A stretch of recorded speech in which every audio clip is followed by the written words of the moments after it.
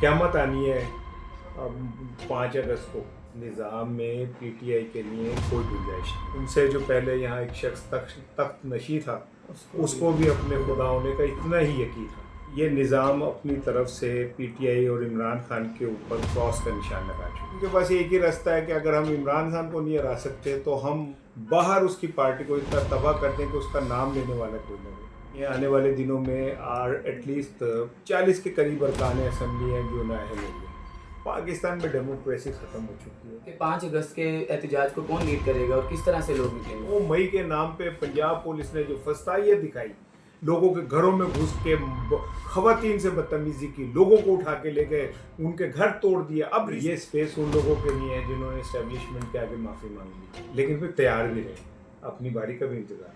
अस्सलाम वालेकुम, मैं हूं डॉक्टर शुएब, आप देख रहे हैं एनआरओ न्यूज़। नाजरीन, पाकिस्तान में बारिशों के सीज़न के साथ साथ सज़ाओं का सीज़न भी शुरू हो चुका है और जैसे ही एहतजाज करीब आने लगता है, तहरीक इंसाफ के रहनुमाओं को सज़ाएं होना शुरू हो जाती है।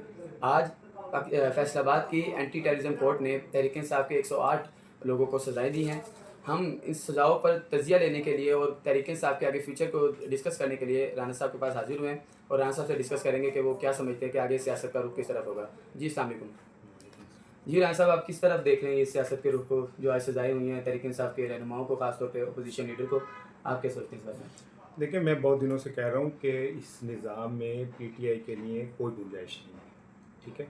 ये निज़ाम अपनी तरफ से पीटीआई और इमरान खान के ऊपर क्रॉस का निशान लगा चुका है और ये तो अभी कुछ नहीं है। आने वाले दिनों में एटलीस्ट अराउंड 40 के करीब अरकान असम्बली हैं जो नाअहल होंगे।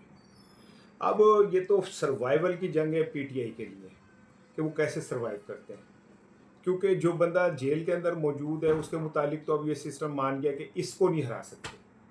तो उनके पास एक ही रास्ता है कि अगर हम इमरान खान को नहीं हरा सकते तो हम बाहर उसकी पार्टी को इतना तबाह कर दें कि उसका नाम लेने वाला कोई ना रहे। माजी में भी इसी तरह ताकतवर करते रहे, पहली दफ़ा तो हो नहीं रहा। ताकतवर जब भी उसकी ख्वाहिश ये बनती है कि मैं सब कुछ पे रूल करूं, तो फिर वो इसी तरह करता है। लेकिन बहरहाल मैं आपको ये लिख के दे रहा हूँ आपके एनआरओ प्रोग्राम के अंदर, जो अपने चैनल पे, पाकिस्तान में डेमोक्रेसी ख़त्म हो चुकी है। डेमोक्रेसी के नाम पे अब जो कुछ भी होगा वो बदतरीन बदतरीन बदतरीन, मैं लफ्ज़ नहीं इस्तेमाल करना चाहता कि क्या होगा। राना साहब, यानी कि अब जो 5 अगस्त की तहरीक इंसाफ ने कॉल दी है, तो उसमें आप किसको समझ रहे हैं कि फिर अगर इन लोगों को सजाएं हो गई हैं और ये डिसीट हो सकते हैं या हो जाएंगे, तो फिर तहरीक इंसाफ के 5 अगस्त के एहतजाज को कौन लीड करेगा और किस तरह से लोग निकलेंगे? और यार, अब क्यों इस बात को ऐसे लेते हैं कि कोई क़यामत आनी है 5 अगस्त को। एक जमात जिसको 3.5-4 साल से आप कुचल रहे हैं, पूरा सिस्टम जो है वो एक शख्स को कुचलने पे लगा हुआ है। क्या अदालतें, क्या पार्लियामेंट, क्या साइंसदान, क्या माफिया, क्या इदारे, उसको आपने उसके इर्द गिर्द जो बाहर के लोग हैं वो सारे मुनाफिक हैं, सारे ज़मीर फरोश हैं, सारे नीचे हैं। आई एम सॉरी, मतलब अक्सरियत जो है। अब कैसे तवक्को करते हैं कि जी को पता नहीं क्या को क़यामत आ जाएगी, लोग बाहर निकलेंगे। 9 मई के नाम पे पंजाब पुलिस ने जो फस्तायत दिखाई, लोगों के घरों में घुस के खवातीन से बदतमीजी की, लोगों को उठा के ले गए, उनके घर तोड़ दिए। अब रिसेंटली यही हो रहा है। एक खौफ की फिजा आपने बनाई। 9 मई के नाम पे वालिदैन ने अपने बच्चों के मुस्तकबिल बचाने के लिए अपने घर तक भेज दिए। आपने खौफ की फिजा बना दी। उसमें कौन है जो बाहर निकलेगा? वहाँ जब अवाम के पास मौका था अपनी नफरत के इज़हार का, तो 8 फरवरी को उन्होंने इस सिस्टम के खिलाफ ऐलान किए जाए। तमाम तर पाबंदियों, तमाम तर मुश्किलात, लोगों को अगवा कर लिया, कागजात छीन लिए, मुकदमे बना दिए, आपने पोलिंग एजेंट नहीं बैठने दिया, आपने इलेक्शन कंपेन नहीं करने दी, आपने निशान छीन लिया, सुप्रीम कोर्ट बीच में घुस गया, इलेक्शन कमीशन घुस गया। नतीजा क्या हुआ? अवाम ने इमरान खान को वोट दिया।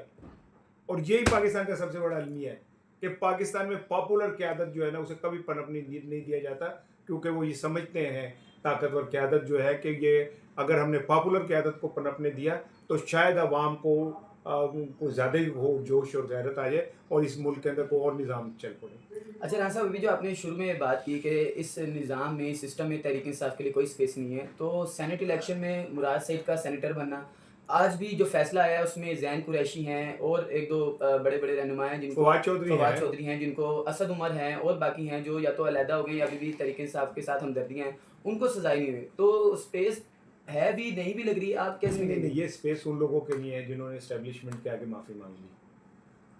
جو عمران خان کے ساتھ کھڑے ان کے لیے کوئی اسپیس نہیں. احمد خان بچر نے 1,25,000 ووٹ لیے، اس کے مخالف نون لیگ والے کو 13,000 ووٹ ملے.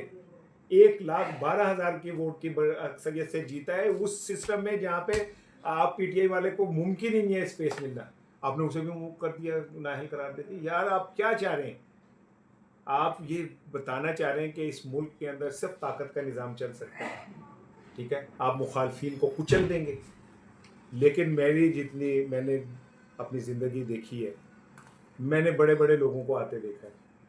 وہ کیا شعر ہے کہ تم سے جو پہلے یہاں ایک شخص تخت نشی تھا اس کو بھی اپنے خدا ہونے کا اتنا ہی یقین تھا. تو میں نے بڑے لوگوں کو دیکھا ہے اور جاتے ہوئے ان کے پاس سامان 100 برس کا ہے پل کی خبر نہیں.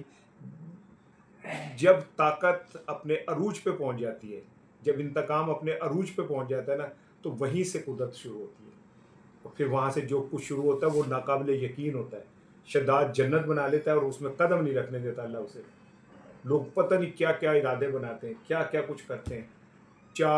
چوتھی دفعہ وزیر اعظم بننے آتے ہیں، ریاست ان کے ساتھ، نظام ان کے ساتھ، مخالفین کو چل دیے، عدالتیں لیٹ گئی. نہیں بن پاتے بھائی. قانون فطرت سے نہیں لڑ سکتے آپ.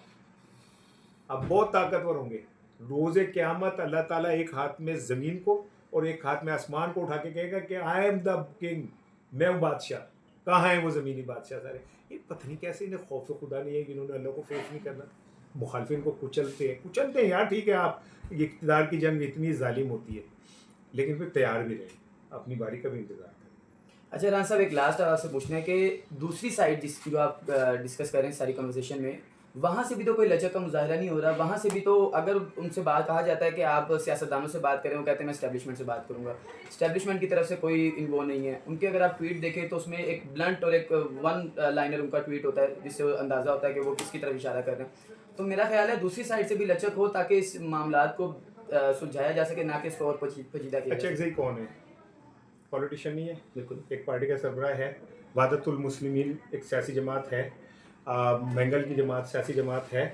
تو عمران خان کیا ان سے رابطے میں نہیں ہے؟ یا وہ سیاسی جماعتیں نہیں ہے؟ سیاسی جماعتیں مولانا فضل الرحمانی ہے. کل وہ مولوی مطلب ہے کہ اس سے ہوگا تو سیاسی انگیجمنٹ ہوگی. بھائی دیز آر پولیٹیکل پارٹیز. نہیں جو مین اسٹریم پارٹیز ہیں. ہم کون ہوتے ہیں مین اسٹریم؟ مین اسٹریم وہ ہے جسے عوام کہے گی. مولانا فضل الرحمان ایک سیٹ جیت کے مین اسٹریم نہیں ہے، ٹھیک ہے نا؟ تو یہ بات نکالتے ہیں وہ پولیٹیکل انگیجمنٹ بھی کر رہے ہیں. اور اگر آپ یہ چاہیں کہ وہ ناک رگڑے، کان پکڑ لے، مافیا مانگے، وہ مر جائے گا نہیں مانگے گا. جائے میں آپ کو بتا دوں، آپ اسے مار دیں، آپ اسے کچل دیں، آپ اسے 100 سال جیل میں رکھ دیں، 200 سال جیل میں رکھ لیں، وہ معافی نہیں مانگے گا آپ سے. وہ زندہ رہے گا. اگر سقراط کے پیالے میں زہر ہوتا نا تو سقراط آج مر گیا ہوتا. اس میں امرت تھا. عمران خان کو مارنا اتنا آسان نہیں ہے. وہ کئی نسلوں کے اندر سرایت کر چکا ہے. وہ ایک افسانوی ہیرو ہے. وہ کتابوں میں پڑھا جائے گا. وہ ہسٹری میں ایک بہادر جنگجو ہیرو کے طور پہ یاد رکھا جائے گا. آپ اس پر کچھ نہیں کر سکتے. آپ اسے جسمانی طور پہ ختم کر سکتے ہیں، اس کو روحانی، اخلاقی، اس کے جو فلسفہ ہے اس کو کبھی نہیں ختم کر سکتے آپ. رانا صاحب بس ایک لاسٹ کوشچن، آپ تحریک انصاف کا فیوچر کیا دیکھ رہے ہیں آج کی سزا کے بعد؟ یہ اللہ جانتا ہے فیوچر کس کے ہاتھ میں کیا ہے. بس ایک شعر آپ کو میں سناتا ہوں. وہ کہتا ہے کہ اس نے ایسی چال چلی کہ میری مات یقینی تھی، پھر قسمت کی بات ہے یہ ہارا میں پچھتایا. یہ بہت پچھتایا.